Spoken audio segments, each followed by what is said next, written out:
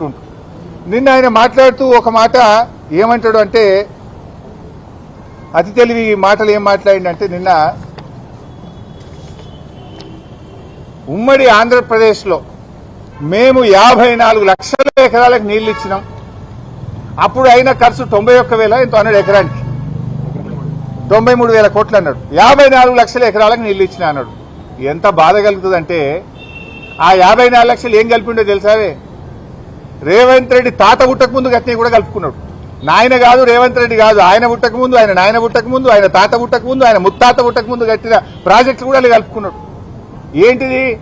400 ఏండ్ల కింద కాకతీయ రెడ్డి రాజులు కట్టించిన చెరువులు కూడా ఉమ్మడి కాంగ్రెస్ పార్టీ చేసిందట. ఉమ్మడి ఆంధ్రప్రదేశ్ లో మన నిజాం నవాబు కట్టిన నిజాం ప్రాజెక్టులు, నిజాం కాలంలో కట్టిన ప్రాజెక్టులు కూడా మేమే కట్టినాం మా కాంగ్రెస్ హయాంలా అని అనగలుపుకున్నాడు. వాస్తవానికి గోదావరి మీద నిజాం సాగర్ 2,31,000 ఎకరాలు, గణపురం, అప్పర్ మానేరు, పోచంపాడు ప్రాజెక్టు, లక్నవరము, శనిగరము, ఇట్లా ఎన్నో ప్రాజెక్టులు గోదావరి మీద ఉమ్మడి ఆంధ్రప్రదేశ్ లో ఆనాటి కాకతీయుల కాలంలో కట్టినవి, నిజాం కాలంలో కట్టినటువంటి ఉన్నవి. కృష్ణానది మీద ఆర్డీఎస్ 87,000 ఎకరాలకు నీళ్లు ఇచ్చే ఆర్డీఎస్, వైరా, పాలేరు, పాకాల, దిండి, కోయిల్ సాగరు, ఆసిఫ్ నహర్, ఇలాంటి ఎన్నో ప్రాజెక్టులు కృష్ణానది మీద దేశానికి స్వాతంత్రం రాకముందు కట్టినాయి. ఇవన్నీ కూడా మేమే కట్టినాం కాంగ్రెస్ వాళ్ళం అంటాడు ఆయన. అంటే ఇది అతి తెలివి కాదా? ఇట్లా మీరు చూసినట్టయితే 16 లక్షల ఎకరాలు ఆంధ్రప్రదేశ్ రాష్ట్రం ఏర్పడక ముందే 16 లక్షల ఎకరాలు మరి కాకతీయుల కాలంలో, నిజాం కాలంలో తెలంగాణకు నీటిపారుదల సౌకర్యం ఏర్పడ్డది. ఈ 16 లక్షల్ని కూడా కలుపుకొని 54 లక్షలకు ఇచ్చిన అని చెప్పి రేవంత్ రెడ్డి గారు నిన్న పచ్చి అబద్దం మాట్లాడిండు. ఒకటి. రెండవది ఏమంటాడు? ఆ 54 లక్షల్లో ఈ 16 తీసేస్తే మనకు ఉండేది 42 లక్షలు, 40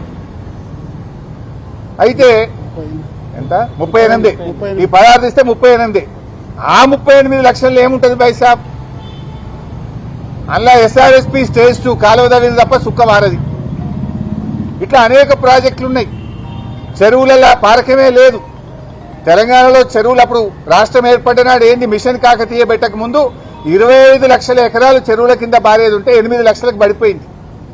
అంటే నామకే వాస్తే ప్రాజెక్టులు.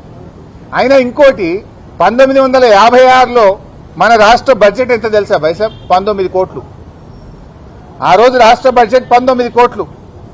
ఆ రోజు మరి వాల్యూ ఆఫ్ స్టీల్ ఎంత, సిమెంట్ ఎంత? అసలు ఆ డబ్బును ఈ డబ్బుతో కంపేర్ చేయొచ్చా?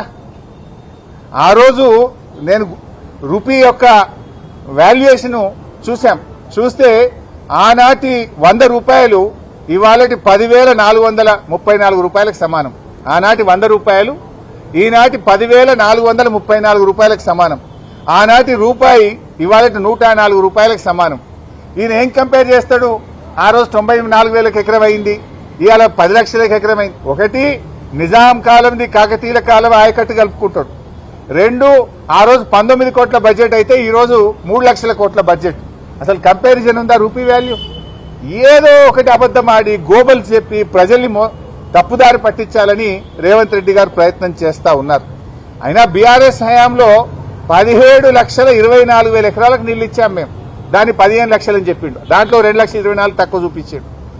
బీఆర్ఎస్ 9.5 సంవత్సరాల్లో 2 ఏళ్లు కరోనా వచ్చినా 17,24,000 ఎకరాల కొత్త ఆయకట్టుకు నీళ్లు ఇచ్చాం.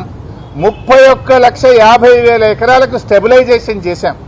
మొత్తం బీఆర్ఎస్ హయాంలో 48 లక్షల ఎకరాలకు సాగునీరు అందించింది. 17,24,000 కొత్త ఆయకట్టు, 31,50,000 ఎకరాలు స్టెబిలైజేషన్. దీన్ని మేము సాధిస్తే దాన్ని 15 అంటాడు.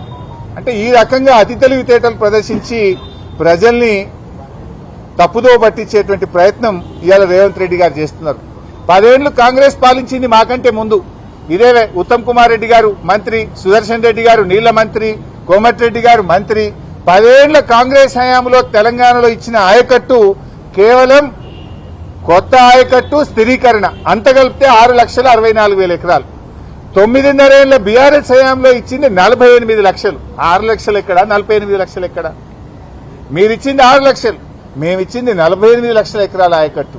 ఇది వాస్తవం. అతి తెలివితేటలు ప్రదర్శించి ప్రజల్ని మోసపుచ్చుతామంటే ప్రశ్నించే వాళ్ళు ఉంటారు, నిజాలు బయటపెట్టే వాళ్ళు ఉంటారు. పరువు పోయేది నీది కాదు, రాష్ట్రంది. ముఖ్యమంత్రి గారు దయచేసి ఇలాంటి తప్పుడు మాటలు మాట్లాడొద్దని చెప్పి మేము కోరుతా ఉన్నాం. ఇక మళ్ళీ అవే మాటలు మాట్లాడిండ్రు ఆయన. తమిడిహట్టి దగ్గర నుంచి ఎందుకు మేడిగడ్డకు మార్చిందని మాట్లాడిండ్రు. నువ్వు తప్పుపడుతున్నది ఎవరిని?